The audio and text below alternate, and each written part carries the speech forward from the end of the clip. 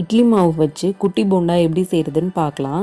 இட்லி மாவில் வெங்காயம் பச்சை மிளகாய் எல்லாத்தையும் தாளிச்சிட்டு சேர்க்க போகிறோம். ஒரு சின்ன கடாயில் 2 டேபிள் ஸ்பூன் அளவுக்கு எண்ணெய் சேர்த்துக்கோங்க.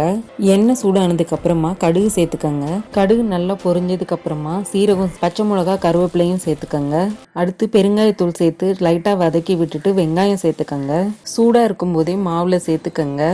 தேவையான அளவுக்கு அரிசி மாவு சேர்த்துக்கலாம். இப்போ 2 டேபிள் ஸ்பூன் அளவுக்கு சேர்த்துருக்கேன். உங்ககிட்ட இருக்க மாவுக்கு எவ்வளோ தேவையோ அவ்வளோ மட்டும் சேர்த்துக்கோங்க. இந்தளவுக்கு கெட்டியாக இருக்கணும். ரொம்ப தண்ணியாக இருந்ததுன்னா போண்டா எண்ணெய் குடிக்கும். நீங்கள் விருப்பப்பட்டால் இதில் ஒரு 1/2 டீஸ்பூன் மட்டும் சோடா மாவு சேர்த்துக்கலாம். இட்லி மாவில் நான் ஆல்ரெடி உப்பு சேர்த்துருக்கேன், அதனால் ஒரு 1/2 ஸ்பூன் மட்டும் இப்போ சேர்த்துக்கிறேன். ஒரு 10 நிமிஷம் ஊற வச்சிடலாம். ஒரு பெரிய கடாயில் ஃப்ரை பண்ணுறதுக்கு தேவையான அளவு எண்ணெய் சேர்த்துக்கோங்க. எண்ணெய் சூடாயிடுச்சான்னு செக் பண்ணிக்கோங்க. மீடியம் ஃப்ளேமில் வச்சு ஃப்ரை பண்ணுங்கள். இப்போது நம்ம குட்டி போண்டா ரெடி ஆயிடுச்சுங்க.